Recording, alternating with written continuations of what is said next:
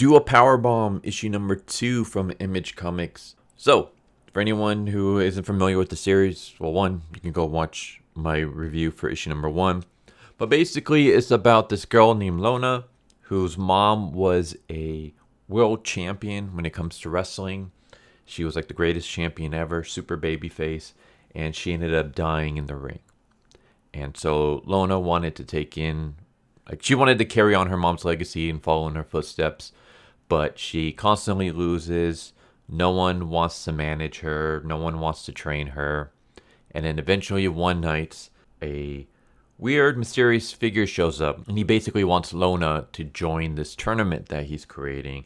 And if she wins, she's able to win back her mom. And yeah, that's how issue 1 goes. And issue 2 starts right off where issue 1 ended, where we have the necromancer, and he's going over his story about how he used to have a lot of power, and he had armies and magic, and he tried to conquer the world, but everyone united against him, and they beat him, and they exiled him, so now he's stuck on this island. And over the years, he's been watching a lot of television from Earth. Basically, he's obsessed with TV, and he loves watching all the shows. But his favorite thing to watch is pro wrestling. He just loves the drama, the action, the intensity.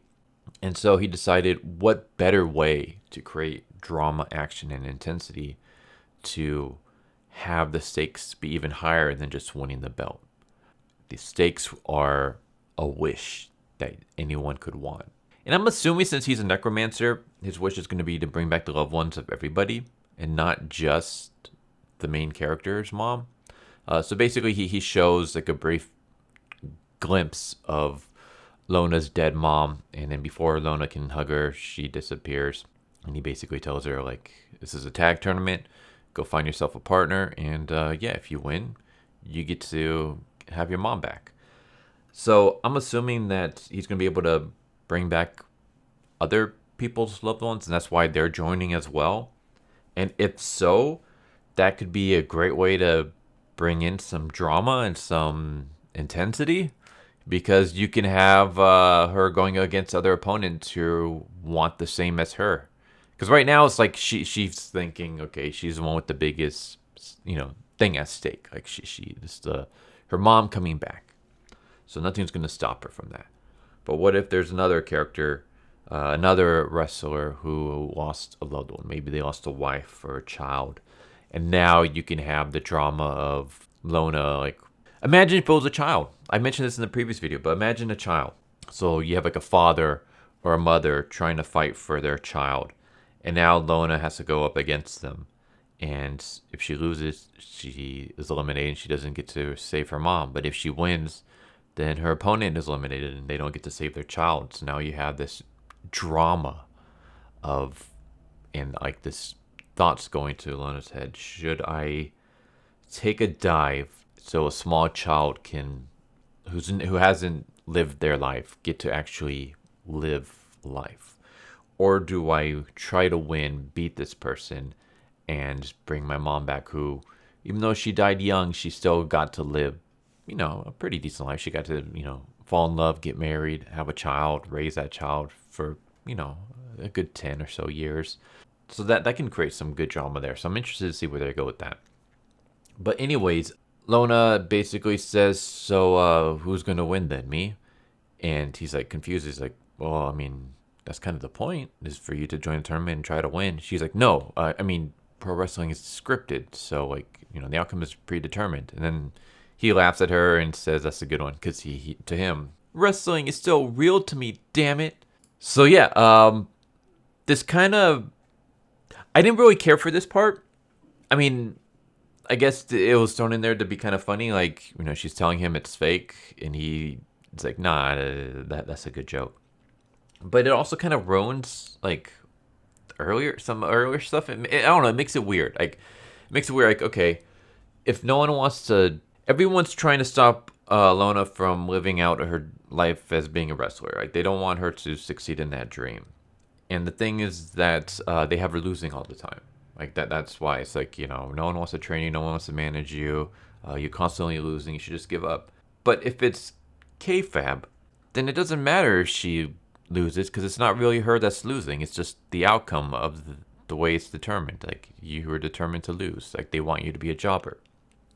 And then, like, even later on, for example, Necromancer says, I can think of one person who might be interested in being your partner, and he looks at a poster of Cobrasun.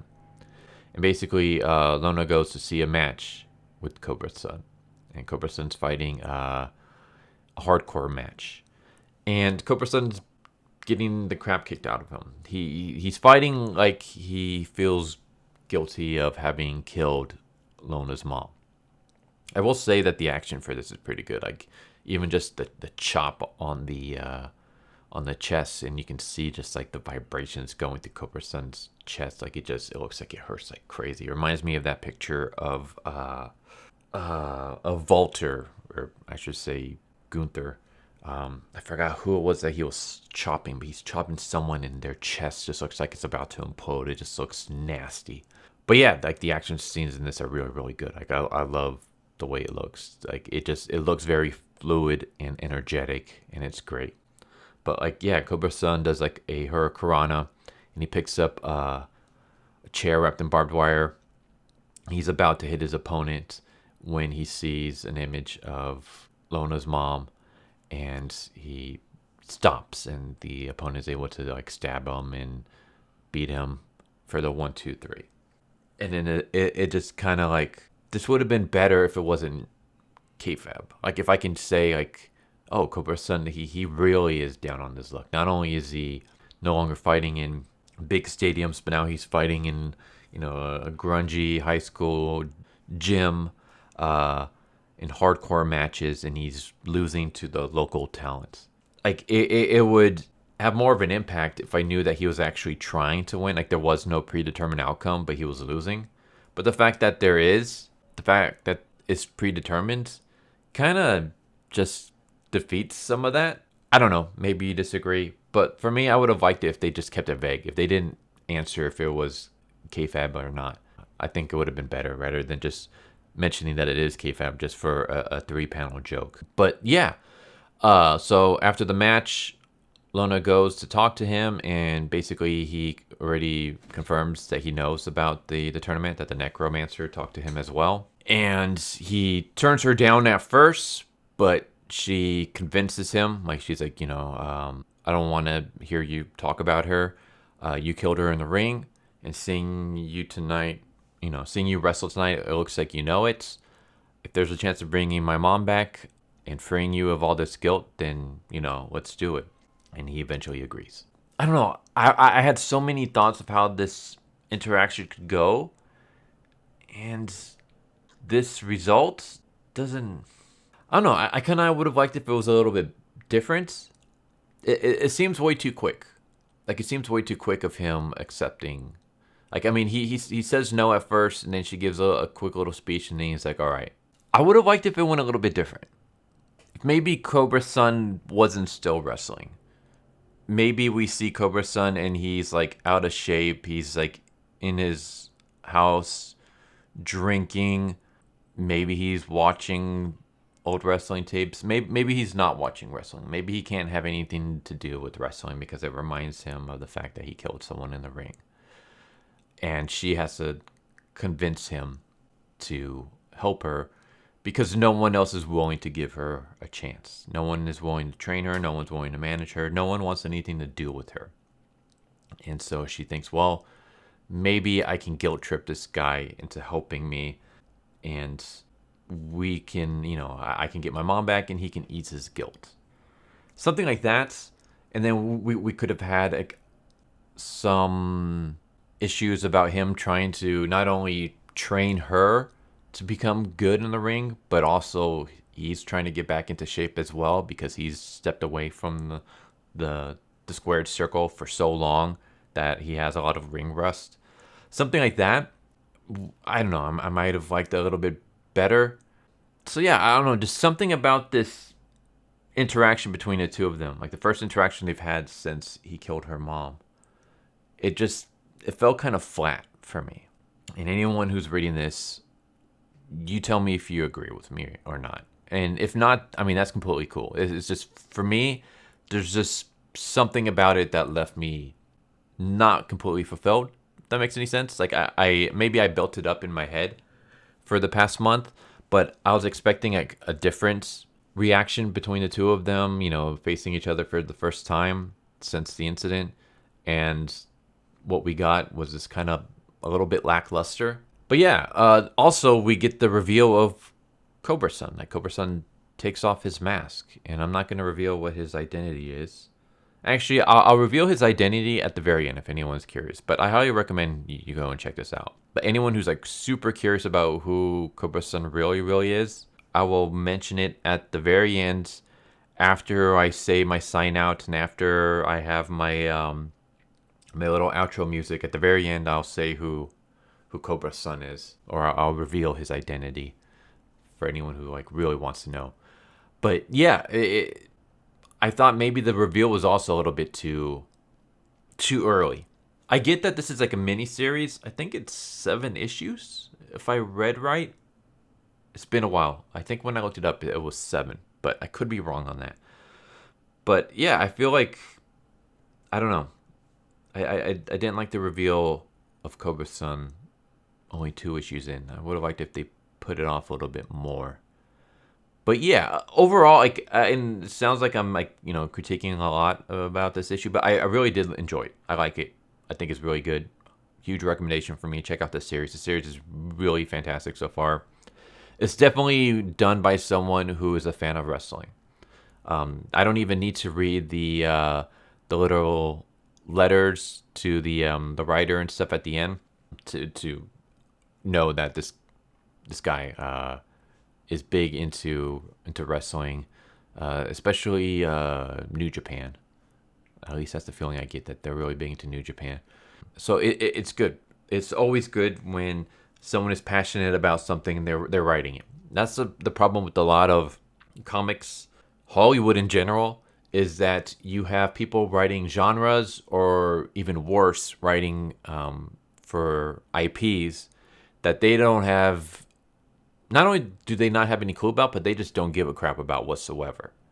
Like, it's one thing if you're hired to write something that you know nothing about, because then at least, like, you know, you can go and put in the effort to go research that thing. Like, for example, I'm not the biggest Teen Titans fan. I know a little bit about them, but I don't know, like, all that much, because I never really got into Teen Titans. But if someone came up to me and said, hey, I want you to write a Teen Titans comic or a Teen Titans TV series or movie, the very first thing that I would do is I would gather a bunch of Teen Titan books, look through them. I would scour like forums and stuff and see what people like and didn't like about the Teen Titan stuff that's already been released. I would do my research. So yeah, I'm kind of rambling on this, but it's nice to see someone who's passionate about the genre that they're writing about.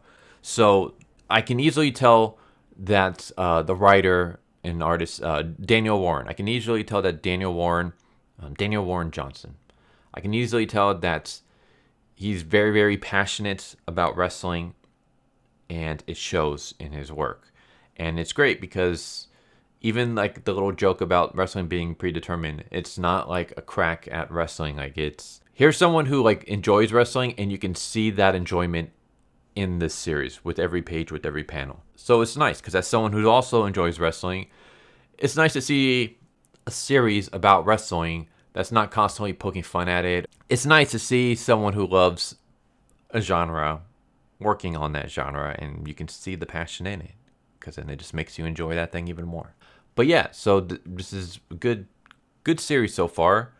Again, I don't want to, like, I have my nitpicks, I have my things where I'm like, I kind of question it, but I'm going to see where it goes. I'll see where it takes me, because I had the same thoughts about Ultra Mega. When Ultra Mega had the time skip, where it went from the present day, or the near future, somewhat present day, to the post-apocalyptic setting, I was completely against it. But then as I kept reading, it eventually won me over. So I'm not completely against the decisions made here in this issue, but I do have a bit of a worry about them, and I probably wouldn't have done it the way that the writer did. But I'm willing to give him the benefit of the doubt, because so far, I mean, both issues have been really good. It's his story. I know, like, I assume he knows exactly what he wants to do with the story, what kind of story he wants to tell. So I'm gonna go along for the ride, and yeah, hopefully the decisions that he made in this issue will pay off. Again, some of the decisions I feel like could have been different, could have been saved for later, but we'll see. I am going to put my faith in the writer's hands that he knows what he's doing, and that I'm going to end up changing my mind and be like, you know what? Having, finished the series, when I look back on issue number 2, I was wrong. He knew exactly what he was doing, and it actually ended up being for the better. That's what I'm hoping is going to happen, so we'll see. But till then, hope you enjoy. Hope to see you next time. Take care, everybody. Later. So what'd you guys think of that video? I hope you guys enjoyed. If you guys haven't already, please subscribe, hit that bell for a notification, leave a like if you enjoyed the video. And if you didn't enjoy the video, thank you for watching it this far, and I hope the next video is more to your liking. Feel free to check out the playlist that you guys see, and I hope to see you guys next time. Later. So yeah, the reveal is that Cobrasun is actually Lona's dad. Dun dun dun.